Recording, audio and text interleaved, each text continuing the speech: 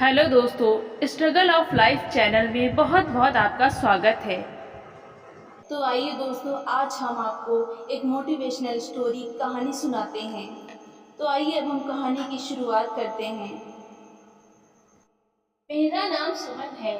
शादी से पहले मैं एक साधारण परिवार से ताल्लुक रखती थी। मैं एक छोटे से कस्बे की रहने वाली थी, लेकिन फिर भी मैंने सरकारी स्कूल से 10वीं कक्षा तक की शिक्षा पूरी की थी। मैं बहुत ज़्यादा खूबसूरत तो नहीं थी, लेकिन सामान्य थी। मैं अपने घर में सबसे बड़ी बेटी थी, इसलिए मेरे माँ बाप को मेरी शादी करने की बहुत जल्दी थी। वैसे भी हमारे यहाँ लड़कियों की शादी जल्दी कर दी जाती है। मेरे माँ बाप ने मेरे लिए एक अच्छा रिश्ता ढूंढना शुरू किया, तो पड़ोस के ही कस्बे से मेरे लिए एक अच्छा सा रिश्ता आया। रिश्ता बहुत अच्छा था। लड़का रहने वाला तो कस्बे का ही था, लेकिन उसकी नौकरी दुबई में लगी हुई थी और उसकी नौकरी बहुत अच्छी थी। मेरे घर वालों को यह रिश्ता बहुत पसंद आया। लड़का पढ़ा लिखा भी था, तभी तो उसे विदेश में नौकरी मिली हुई थी। मेरी भी यही चाहत थी कि मेरी शादी किसी पढ़े लिखे इंसान से हो। यह रिश्ता मिल जाने के बाद मेरी यह चाहत भी पूरी हो गई थी। मेरा होने वाला पति काफी सालों से दुबई में नौकरी कर रहा था। वो अपने घर में सबसे बड़ा बेटा था। उसके छोटे 3 भाई बहन थे, एक अविवाहित भाई और 2 छोटी बहनें। मेरे होने वाले पति के पिता काफी साल पहले ही स्वर्गवासी हो चुके थे, लेकिन माँ का साया अभी तक उन पर था। हमारा रिश्ता फोटो देखकर ही तय हो गया था। मेरा फोटो लड़के को दिखा दिया गया था और लड़के का फोटो मुझे दिखा दिया गया था। क्योंकि लड़का दुबई में नौकरी करता था, इसलिए वो बार बार यहाँ आ नहीं सकता था। लड़के वालों की शर्त यही थी कि उनका बेटा शादी के समय पर ही भारत वापस आएगा। यह रिश्ता मेरे पिता के एक जानने वाले दोस्त ने ही करवाया था, इसलिए मेरा होने वाला पति मेरे लिए बिल्कुल अनजान था। दोनों परिवारों की मर्जी से हमारा रिश्ता पक्का हो गया और कुछ दिन बाद ही हमारी शादी हो गई। मेरी शादी की पहली रात जब मेरे पति राजीव से मेरी मुलाकात हुई, तो मुझे उनका व्यवहार बहुत पसंद आया। मेरी ससुराल भी बस ठीक ठाक ही थी। ससुराल का घर थोड़ा छोटा था, लेकिन मेरे पति की कमाई अच्छी थी, इसलिए मेरी माँ ने मुझे समझाया था कि घर से कुछ नहीं होता, लड़के की कमाई अच्छी होनी चाहिए। मैंने भी इस बात को मान लिया था। शादी के 4 दिन बाद ही मेरे पति ने अपना सामान पैक करना शुरू कर दिया, क्योंकि उन्हें दुबई वापस जाना था। यह बात सुनकर मैं रोने लगी। अभी तो हमारी शादी को 3-4 दिन ही हुए थे और मेरे पति राजीव मुझे अकेला छोड़कर जा रहे थे। मैं उनके बिना यहाँ पर कैसे रहूंगी? हमने तो अभी तक एक दूसरे को ठीक से जाना भी नहीं था। मैं अपनी जिंदगी अपने पति के साथ बिताना चाहती थी।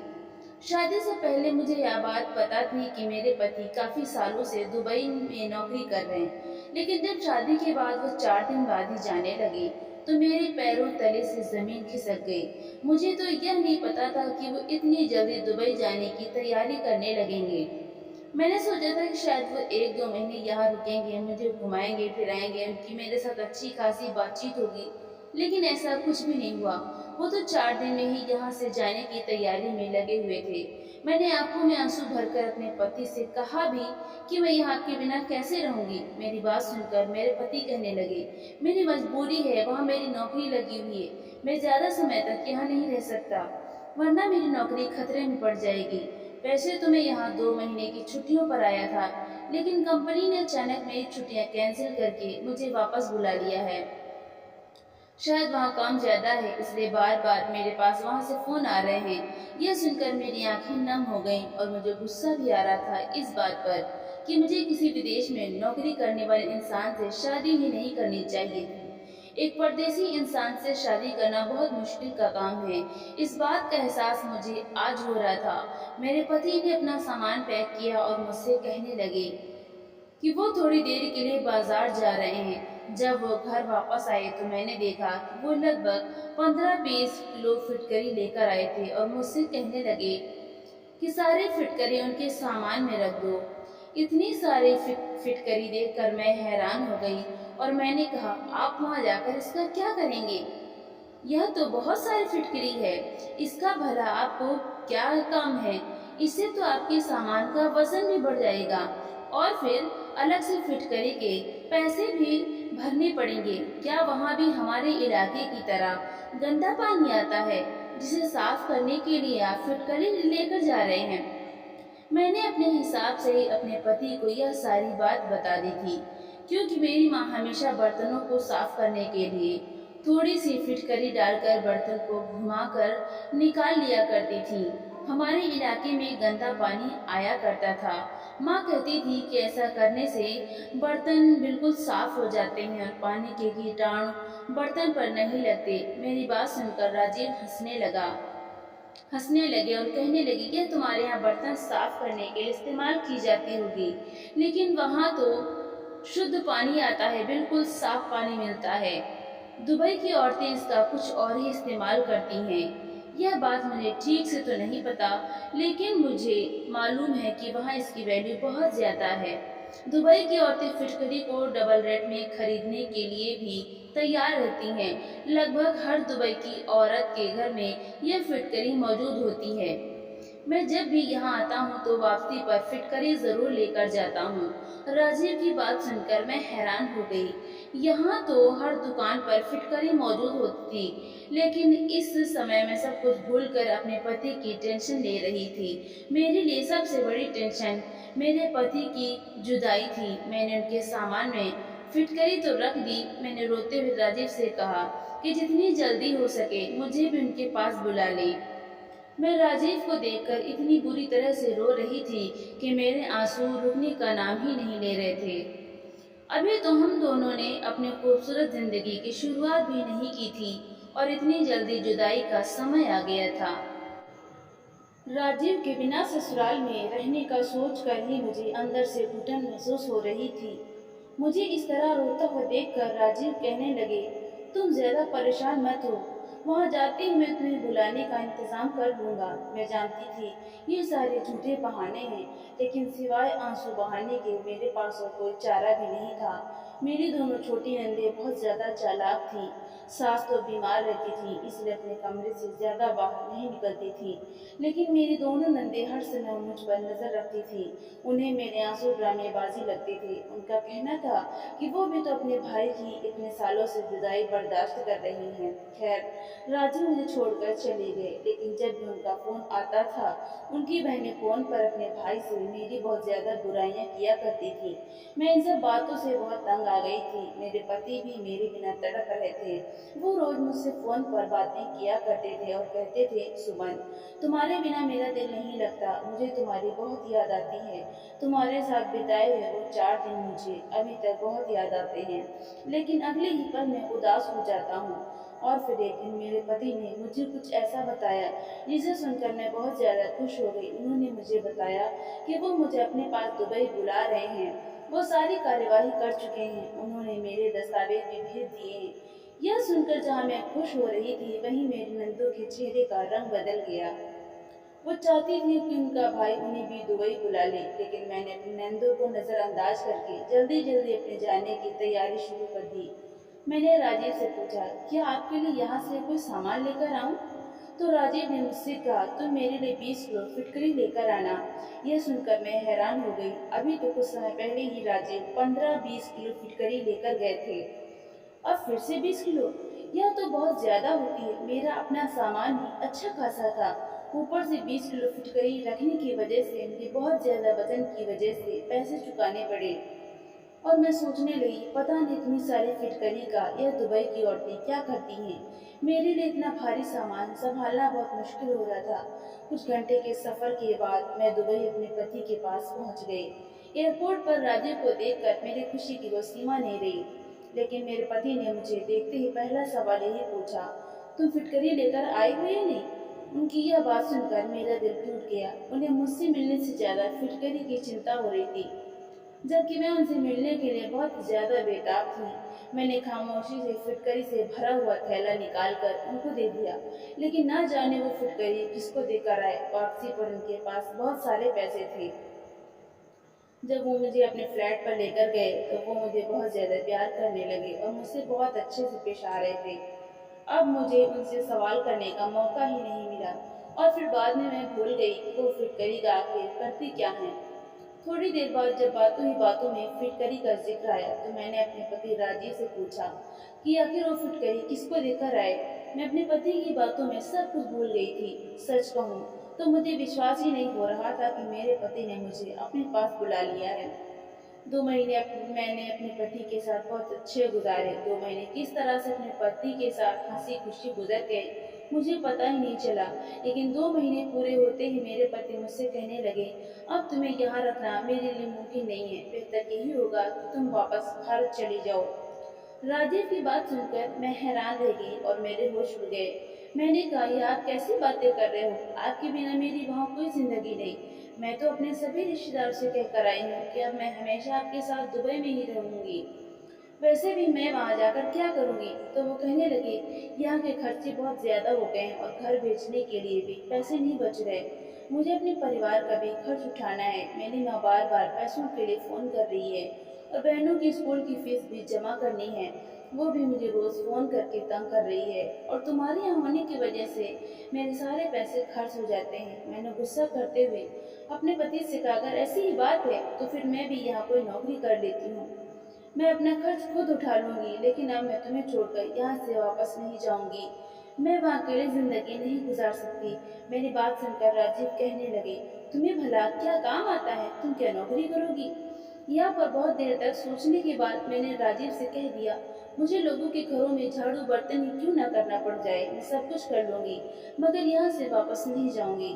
राजीव को मेरी बात मजाक लगने लगी, लेकिन मैंने आसपास के फ्लैट वालों से कहकर कुछ परिवारों में घर का काम तलाश कर लिया था।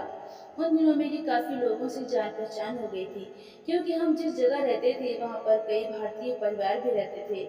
इस समय मेरी जान पहचान वाली औरतें मेरे काम आ गईं। 2-3 ऐसे परिवार थे जिन्हें खाना बनाने के लिए एक औरत की तलाश थी, इसलिए उन्होंने मुझे अपने घर काम करने के लिए रख लिया। मेरी जान पहचान वाली महिलाओं ने मुझे बताया कि दुबई के लोग भारतीय लोगों के हाथ का खाना खाना बहुत पसंद करते हैं और सिर्फ भारतीय औरतों को ही खाना पकाने के लिए रखना उनकी पहली पसंद होती है। मुझे 3-4 घरों में एक साथ काम करने का मौका मिल गया। मैं इस बात से बहुत खुश थी। किसी के घर मुझे सिर्फ खाना पकाने की नौकरी मिली, तो किसी के घर सिर्फ झाड़ू बर्तन करने की। मुझे काम करने के अच्छे खासे पैसे मिल रहे थे, जिसमें आसानी से मैं अपने पति राजीव के साथ रह सकती थी। खाना पकाना तो मैं पहले से ही जानती थी, क्योंकि कुकिंग में तो मैं शादी से पहले से ही परफेक्ट थी। रात को जब राजीव घर लौटे तो मैंने उन्हें बताया कि मुझे आसपास के घरों में खाना बनाने और सफाई करने की नौकरी मिल गई है और उन लोगों ने मुझे काम पर भी रख लिया है। तो यह बात सुनकर मेरे पति हैरान रह गए और कहने लगे, "तुमने तो सच में ही काम ढूंढ लिया, लेकिन मैं तुम्हें दूसरों के घर जाकर काम करने की इजाज़त नहीं दे सकता।" राजीव ने मेरी सारी खुशी खत्म कर दी थी, लेकिन मैं इतनी आसानी से हार मानने वाली नहीं थी। राजीव की बात सुनकर मैं जोर-जोर से रोने लगी। मेरे आंसुओं ने राजीव के दिल को पिघला दिया। अब खुद वो भी मेरे बिना नहीं रहना चाहते थे। मैं अच्छी तरह जानती थी कि मेरी नंदी ही मेरे पति को भड़का रही हैं, मुझे वापस भारत बुलाने के लिए उन पर दबाव डाल रही हैं। मजबूर होकर ही वो मुझे दुबई से वापस भेजना चाह रहे थे, लेकिन उनका मन नहीं कर रहा था। मैंने जानबूझकर इतना ज़्यादा रोना-धोना मचाया कि राजीव ने मुझे काम करने की इजाज़त दे दी। मेरी खुशी का ठिकाना नहीं रहा, क्योंकि अब मैं राजीव के साथ हमेशा यहाँ आराम से रह सकती थी। मैंने खुशी से राजीव को अपने गले से लगा लिया और प्यार का इजहार किया। अगले दिन ऑफिस जाते समय राजीव ने कहा, "अगर तुम्हें काम समझ आए तो ही करना, वरना काम करने की कोई ज़रूरत नहीं।" मैंने उनसे कहा, "आप फिक्र मत करो, मैं सब कुछ संभाल लूँगी।" और उनके घर से जाते ही जल्दी से मैं अपने काम पर निकल गई। मेरी पड़ोसन मुझे दुबई की औरतों के घर पर ले गई, जिनके घर बहुत बढ़िया थे, अंदर से बिल्कुल महल जैसे लगते थे। मैं देखकर बहुत ज़्यादा हैरान रह गई। यहाँ के लोगों के घर सच में बहुत सुंदर थे और वहाँ की औरतें भी बहुत मिलनसार और अच्छे व्यवहार वाली थीं। कुछ-कुछ औरतों को हिंदी समझ आती थी, लेकिन बोलना नहीं आता था। उन्होंने इशारे से मुझे समझा दिया कि मैं उन्हें किस तरह का खाना बनाकर दूँ। लेकिन पहले ही दिन मैंने एक बड़ी अजीब बात देखी। जब एक मालकिन के किचन में खाना बनाने के लिए गई, तो वहाँ एक बड़े से बॉक्स में बहुत सारी फिटकरी पड़ी हुई थी। फिटकरी को देखते ही मुझे याद आया कि मेरे पति और मैं भी तो भारत से इतनी सारी फिटकरी लेकर आए थे। पता नहीं राजीव ने उस फिटकरी का क्या किया था। क्या पता यहाँ की औरतें इस फिटकरी का क्या करती हैं, लेकिन यह सवाल मैं किससे पूछती। क्योंकि इस घर में मौजूद जितने भी नौकर थे वे सब हिंदी नहीं जानते थे और ना ही अंग्रेजी जानते थे। और राजीव तो पहले ही बता चुके थे कि उन्हें इस बारे में कुछ नहीं पता। राजीव ने भी यही बताया था कि यहाँ की औरतें फिटकरी का क्या करती हैं, इस बारे में उन्हें नहीं मालूम। मैं इन्हीं सोच में गुम थी और 2-3 घंटे में मैंने वहाँ का खाना भी बना दिया। फिर उसके बाद मैं दूसरे घर पर खाना बनाने के लिए चली गई और वहाँ जाकर मैंने बिल्कुल यही चीज़ देखी कि वहाँ के किचन में तो पहले वाले से भी ज़्यादा फिटकरी भरी हुई थी। अब तो मेरे अंदर एक अजीब सा उत्साह जाग उठा था कि आखिर यह सब माजरा क्या है। भारत में तो मैंने ऐसा कुछ नहीं देखा था। मुझे खाना पकाते हुए थोड़ी ही देर गुजरी थी कि एक औरत किचन में आई और उसने फिटकरी का टुकड़ा निकाला, एक बर्तन में पानी लिया, फिटकरी का टुकड़ा बर्तन में डाल दिया और उसे ढककर कोने में रख दिया। पता नहीं उसने पानी में फिटकरी डुबोकर क्यों रखी थी। मुझे मालूम नहीं हो सका कि वो औरत ऐसा क्यों कर रही थी, क्योंकि वो यह काम चोरी छिपे कर रही थी और मैंने काम करते हुए उसे देख लिया था। जैसे वो नहीं चाहती हो कि मैं उसकी तरफ देखूं। इस बात पर तो मैं और भी ज्यादा हैरान हुई। खैर, मेरा पहला दिन था और बहुत अच्छा गुजरा। मैं सारे ही घरों में खाना बनाकर और सफाई करके 6-7 घंटे में फ्री हो गई और राजीव के घर लौटने से पहले ही मैं घर चली गई। खाना बनाने का तो मुझे हमेशा ही शौक था, इसलिए यह काम मुझे बिल्कुल भी भारी नहीं लग रहा था। शाम को जब राजीव घर आए तो उन्होंने मुझसे कई सवाल पूछे। तो मैंने उन्हें दिलासा दिया कि काम बहुत अच्छा है और मुझे यहाँ किसी तरह की कोई तकलीफ नहीं। आप चाहें तो मेरी सारी तनख्वाह अपने घर भेज सकते हैं, मुझे बस आपका साथ चाहिए। मैं आपके साथ कैसे भी यहाँ गुजारा कर लूंगी। मेरी बात पर मेरे पति मुस्कुराने लगे। आखिर यह सब मैं उनके साथ रहने के लिए ही तो कर रही थी। राजीव रात के खाने के बाद मुझे घुमाने के लिए बाहर ले गए। जब से मैं दुबई आई थी तब से पहली बार वो मुझे बाहर लेकर गए थे। उनके साथ बाहर घूमने में मुझे बहुत सुकून मिल रहा था, वरना अब तक तो मेरे से बड़ी ही टेंशन थी कि कहीं मेरे पति मुझे यहाँ से वापस न भेज दें। राजीव मुझे अपने साथ एक बड़े मॉल में शॉपिंग कराने ले गए। इस रंगीन दुनिया में पहुंचकर मैं खो सी गई। मॉल में बड़ी बड़ी सोने की दुकानें थी और यहाँ पर हर औरत ढेर सारा सोना पहने हुए थी। मैंने कभी किसी औरत को खुलेआम इतना सोना पहने हुए नहीं देखा था। मैंने अब तक यही समझा था कि शायद दुबई में बड़े बड़े घरों के अलावा कुछ नहीं है, लेकिन यहाँ पर तो लोगों ने कुछ ज्यादा ही तरक्की कर ली थी और आज पहली बार मैंने यहाँ का माहौल देखा था। हमने खूब सारी शॉपिंग की और मेरे पति ने मुझे वहाँ की आइसक्रीम भी खिलाई। घर आते समय रास्ते में हमें राजीव के दोस्त मिल गए। शायद वे ऑफिस के ही दोस्त थे। उनके साथ उनकी पत्नी भी मौजूद थी। राजीव ने मुझे अपने दोस्त और उनकी पत्नी से मिलवाया। वे लोग बहुत अच्छे लग रहे थे और जब उन्हें पता चला कि मैं शादी के बाद पहली बार भारत से यहाँ आई हूँ तो उन्होंने मुझे और राजीव को अगले ही दिन डिनर के लिए बुला लिया। वे लोग भी दुबई में ही रहते थे, लेकिन उनकी हिंदी काफ़ी अच्छी थी। राजीव ने उनसे काफ़ी मना भी किया, हम लोग डिनर पर नहीं आ सकते, लेकिन वे नहीं माने और जब वे ज़्यादा ही जिद करने लगे तो मेरे पति ने उनके डिनर का ऑफर स्वीकार कर लिया। मैं राजीव के दोस्त के घर जाने के लिए बहुत उत्साहित थी, क्योंकि मैंने अभी तक वहाँ के लोगों के हाथ का बना खाना नहीं खाया था, क्योंकि मैं तो भारतीय थी और अपने हाथ से खाना बनाकर खा रही थी और यहाँ आकर किसी के घर दावत पर भी पहली बार ही जा रही थी। अगले दिन मैंने सभी लोगों के घरों में काम किया और खाना बनाया और वापस आते ही जल्दी जल्दी तैयार हो गई। राजीव कहकर गए थे कि वो जल्दी ही काम से लौट आएंगे और फिर हम लोग उनके दोस्त के घर जाएंगे। राजीव के आते ही हम दोनों उनके दोस्त के घर के लिए निकल गए। उनके दोस्त और उनकी पत्नी ने बहुत अच्छी तरह से हमारा स्वागत किया। मैं राजीव के दोस्त का घर देखती ही रह गई। घर बाहर से जितना खूबसूरत था, अंदर से भी उससे कई गुना खूबसूरत था। उनके 2 प्यारे से बेटे थे और एक छोटी सी 3 महीने की बेटी भी थी। छोटी बेटी को देखते ही मुझे उस पर बहुत प्यार आ गया। राजीव के दोस्त की पत्नी का नाम प्रिया था। वो किचन में खाने की तैयारी कर रही थी। मैं भी उन्हीं के पास जाकर खड़ी हो गई। मुझे वो देख कर मुस्कुरा कर कहने लगी, भाभी आप बैठ जाओ, मैं बस खाना तैयार करके आपके पास आती हूँ। मैंने उनकी बात को नज़रअंदाज करते हुए कहा, मैं आपकी मदद करा देती हूँ। और फिर मैंने उनकी मदद कराना शुरू कर दिया और तभी मेरी नज़र प्रिया भाभी के किचन में रखी हुई फिटकरी पर पड़ी। उन्होंने भी फिटकरी को एक डिब्बे में रखा हुआ था। डिब्बा पारदर्शी था, इसी वजह से मुझे उसके अंदर की फिटकरी ठीक से दिखाई दे रही थी। एक बार फिर मेरे दिल में यही सवाल उठा कि आखिर ये दुबई की औरतें फिटकरी का क्या करती हैं। मैंने सोचा कि मैं इस फिटकरी का राज प्रिया से पूछ लेती हूँ, मगर प्रिया से पूछने में मुझे थोड़ी झिझक महसूस हो रही थी, क्योंकि जिस घर में मैं काम किया करती थी वहाँ की मालकिन ने छुपाने के अंदाज में फिटकरी को पानी में डालकर रखा था। पता नहीं इसके पीछे कौन सी बात हो सकती है। प्रिया का ध्यान तो खाना बनाने में लगा हुआ था। अब मुझसे रहा नहीं गया तो मैंने उनसे पूछ ही लिया, यह फिटकरी यहाँ पर क्यों रखी हुई है?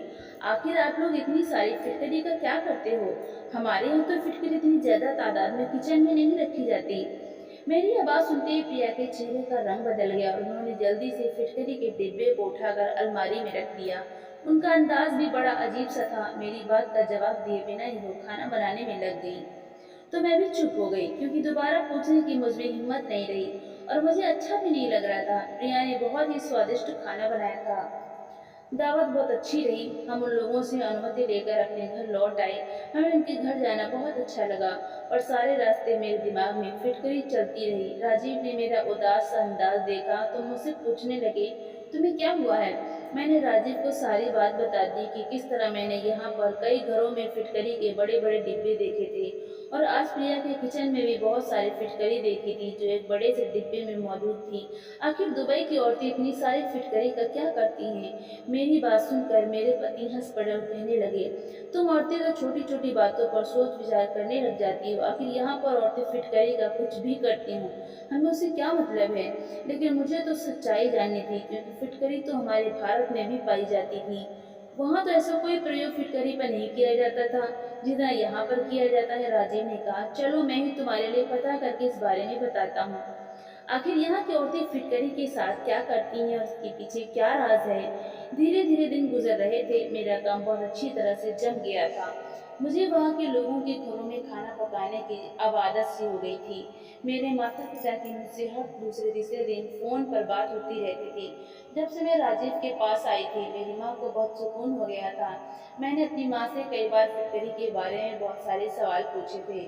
कहीं मेरी माँ को फिटकरी के बारे में कुछ बताओ, लेकिन मेरी माँ को भी ज्यादा जानकारी नहीं थी। फिटकरी को पानी में भिगोकर क्या किया जा सकता है, यह बात मेरे लिए बहुत हैरान कर देने वाली थी। मैं दुबई में आकर पूरी तरह से सेट हो गई थी। अब मुझे भारत वापस जाने की कोई चिंता नहीं हुई थी। मेरा काम बहुत अच्छा चल रहा था। मेरे पति और मैं यहाँ पर अच्छी कमाई कर रहे थे। जिन लोगों के घरों में काम किया करती थी वो लोग भी मेरा बहुत ख्याल रखते थे। मेरे खाने की बहुत तारीफ होती थी और जिनके घरों में मैं सफाई किया करती थी वहाँ मेरी सफाई की भी खूब तारीफ की जाती थी क्योंकि मैं बहुत सलीके से काम करती थी। खाना भी मुझे बहुत ज्यादा नहीं बनाना होता था। दो तीन तरह के व्यंजन थोड़ी थोड़ी मात्रा में बनाने होते थे। कुछ दिन गुजरे कि एक दिन राजीव ऑफिस से घर आए तो मुझसे कहने लगे, मेरे लिए अपने हाथ की बहुत अच्छी सी चाय बना दूं। आज राजीव का मूड बहुत अच्छा लग रहा था। वो तरोताजा लग रहे थे। मैंने अपने पति से कहा, आज आपको ऐसी कौन सी खुशी मिल गई है जिसकी वजह से आप इतने खुश लग रहे हो? राजीव ने कहा, मैं तुम्हारी परेशानी का हल लेकर आया हूँ। आज तुम जल्दी से मेरे लिए चाय बनाकर फुर्सत से मेरे पास आकर बैठ जाओ। आज मैं तुम्हारी परेशानी खत्म करने वाला हूँ और तुम्हें फिटकरी का राज बताता हूँ। मुझे फिटकरी के राज के बारे में पता चल गया है। मैं फिटकरी का राज जानने के लिए बहुत ज्यादा उत्साहित थी, इसीलिए मैंने जल्दी से अपने पति के लिए चाय बनाई और सारे काम से निपट कर उनके पास आराम से जाकर बैठ गई। राजीव ने मुझे बताया कि दुबई की औरतें यह नहीं चाहती कि यह राज कभी किसी को पता चले क्योंकि फिटकरी का यह इस्तेमाल उनके पुराने जमाने से चला आ रहा है और वे इसे अपने तक ही रखना चाहती हैं। इसीलिए प्रिया भाभी ने भी तुम्हें इस बारे में कुछ नहीं बताया था। राजीव की बात सुनकर मुझे बहुत ज्यादा उत्सुकता होने लगी थी कि आखिर इस फिटकरी से ऐसा भी क्या किया जा सकता है जो इस कदर छुपाने वाली बात है। राजीव कहने लगे, हर जगह की अपनी अपनी अलग रस्में रिवाज होते हैं और इसी तरह हर जगह के अपने अपने अलग अलग टोटके और इलाज होते हैं। तुम भी जब से यहाँ आई हो तुमने बहुत सारी चीजें ऐसी देखी हैं जो भारत में नहीं होती और जो चीज भारत में होती है वो यहाँ पर नहीं होती। इसी तरह फिटकरी का जो इस्तेमाल भारत में किया जाता है वो बिल्कुल अलग है, जबकि दुबई की औरतें इससे बिल्कुल अलग तरह का फायदा उठाती हैं जो बहुत हैरान कर देने वाला है। मैं राजीव की बातों को बहुत ध्यान से सुन रही थी। राजीव ने बताया, अगर भारतीय औरतों को इसके बारे में जानकारी हो गई तो हर घर में ढेर सारी फिटकरी नजर आने लगेगी। मैंने अपने पति को घूर कर देखा और कहा, अब बता भी दो, कितना ज्यादा सस्पेंस पैदा कर रहे हो। मेरी बात सुनकर राजीव ने मुझे एक ऐसा राज बताया जिसे सुनकर मैं चौंक गई। अपनी 24 साल की जिंदगी में मैंने आज तक फिटकरी का ऐसा इस्तेमाल नहीं सुना था। मैंने हैरानी से राजीव से पूछा, क्या आप सच कह रहे हैं? राजीव कहने लगे, हाँ बिल्कुल यही बात है। मैंने अपने दुबई में रहने वाले बहुत करीबी दोस्त से इस बारे में पता किया है और उसने ही मुझे फिटकरी का राज बताया है। मेरा यह दोस्त वही है जिसे मैं भारत से फिटकरी लाकर महंगे दामों में बेच देता हूँ। इससे मुझे काफ़ी मुनाफा होता है क्योंकि फिटकरी यहाँ पर भी बहुत महंगी है और फिटकरी का इतना ज़्यादा इस्तेमाल होने पर यहाँ फिटकरी ज़्यादा आसानी से मिलती भी नहीं है। इसीलिए मैं जब भी भारत जाता हूँ तो वहाँ से फिटकरी ज़रूर लेकर आता हूँ और यहाँ पर महंगे दामों में बेच देता हूँ। यहाँ के लोग महंगे दाम में भी आसानी से फिटकरी को खरीद लेते हैं। और राजीव ने मुझे बताया कि दुबई की औरतें पहले फिटकरी से एक खास तरह की दवाई तैयार करती हैं जो उन्होंने अपने बुजुर्गों से बनाना सीखी है। पानी में कुछ सामान मिलाकर यह दवाई तैयार की जाती है और फिर फिटकरी को इस पानी में मिलाने के बाद कई दिनों के लिए रख दिया जाता है। इसके बाद रोज सुबह निहार मुँह पानी वाली फिटकरी को पीसकर इस्तेमाल किया जाता है। दुबई की औरतें रोज सुबह ये फिटकरी वाला पानी पीती हैं और इस दवाई का सेवन वे लगातार 3 महीने तक करती हैं और उनका मानना है कि इस तरह उनके पास बहुत ही सुंदर बच्चा पैदा होगा। जो औरतें पूरी लगन से इस दवाई को पीती हैं और यह दवाई इसलिए भी काम आती है कि जो औरतें इस दवाई को निहार मुँह 3 महीने तक पीती हैं उनके पास सुंदर बच्चा तो होगा ही लेकिन बेटा ही पैदा होगा। इस दवाई को पीने से बेटी की पैदाइश होती है। यह बात मेरे लिए बहुत ही अनोखी थी और सच में राजीव ने ठीक कहा था कि अगर भारतीय औरतों को इस बारे में पता चल जाता तो सबकी सब औरतें इसी टोटके को इस्तेमाल करना शुरू कर देती। मगर मुझे समझ नहीं आया था कि दुबई की औरतें इस बात को इतना छुपाती क्यों हैं। मेरी बात सुनकर राजीव कहने लगे, हर किसी के अपने अलग तौर तरीके होते हैं और ज्यादातर औरतें बताना भी नहीं चाहती कि वो बच्चा पैदा करने के लिए टोटका अपना रही हैं। उन्हें लगता है कि किसी को बताने से उनका टोटका खराब हो जाएगा।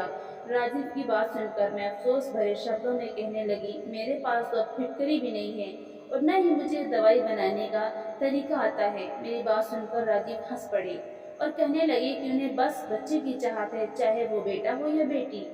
उन्हें इस बात से कोई फर्क नहीं पड़ता। राजीव की सोच जानकर मुझे बहुत खुशी हुई कि दूसरे मर्दों की तरह उन्होंने बेटे की इच्छा जाहिर नहीं की थी। मैं अभी तक घरों में काम कर रही थी और कुछ ही दिनों में घर की मालकिन गर्भवती हो गई। मैंने अपने हिसाब से उनका खूब ख्याल रखना शुरू कर दिया और हैरत की बात यह थी कि इस औरत ने बेटे को ही जन्म दिया। शायद उनकी बनाई हुई दवाई काम आ गई थी। कुछ ही दिनों में ऊपर वाले ने मुझे भी अच्छी खबर दे दी, लेकिन मैंने ऐसी कोई दवाई इस्तेमाल नहीं की थी और मैं पूरे 9 महीने बिल्कुल फिट रही। 9 महीने के बाद मैंने बच्चे को जन्म दिया तो यह देखकर मैं हैरान रह गई कि मेरा भी बेटा ही पैदा हुआ था। मैंने तो ऐसी कोई दवाई नहीं पी थी, लेकिन फिर भी ऊपर वाले ने मुझे बेटे से नवाज दिया था। बेटा या बेटी यह सब तो ऊपर वाले के हाथ में है, लेकिन हम इंसान हमेशा अपने तौर पर टुटके करते रहते हैं। दुबई की औरतें भी ऐसे ही टुटकों के चक्कर में फंसी रहती हैं। मैं यह बात तो नहीं जानती थी कि कितनी दुबई की औरतें इस फिटकरी की दवाई के टोटके से जानकार हैं, लेकिन जहाँ तक मैंने देखा था ज़्यादातर दुबई की औरतों के घरों में फिटकरी मौजूद थी। क्या आप लोग भी बेटे के लिए किसी ऐसे टोटके का इस्तेमाल करते हैं या अपने आसपास किसी को बेटे की इच्छा में इस तरह के जादू टोने या टोटके या किसी बाबा के पास जाते हुए देखते हैं? यह सारे काम बिल्कुल ही गलत हैं। ऊपर वाला हमें बेटा दे या बेटी, हमें उसकी नेमत समझकर अपने पास रख लेना चाहिए। ऊपर वाला हमें औलाद से नवाज रहा है, यही हमारे लिए बहुत है। बेटा या बेटी कुछ नहीं होता, औलाद होना ही सबसे बड़ी बात होती है। मैं अपने पति राजीव के साथ बहुत खुश हूँ, लेकिन अब मैंने दुबई की औरतों में ज़्यादा दिलचस्पी लेना बंद कर दी क्योंकि यह बात मुझे पसंद नहीं आई कि बेटा होने के लिए वे लोग इतना ज़्यादा टोटकों का इस्तेमाल किया करती थी। बेटी होने के लिए भी तो लोग टोटके का इस्तेमाल कर सकते हैं। आखिर बेटी भी ऊपर वाले की ही नेमत होती है। मुझे तो बेटियां बहुत पसंद हैं और मैं दुआ करती हूँ कि अगली होने वाली औलाद ऊपर वाला मुझे बेटी ही दे। मुझे बेटियां बहुत पसंद हैं। मैं अपने बेटे के साथ बहुत ज़्यादा खुश हूँ, लेकिन मुझे अभी भी एक बेटी की ख्वाहिश है ताकि मेरा परिवार पूरा हो जाए। दोस्तों, वीडियो कैसा लगा कमेंट करके ज़रूर बताएं। वीडियो को लाइक और चैनल को सब्सक्राइब ज़रूर करें।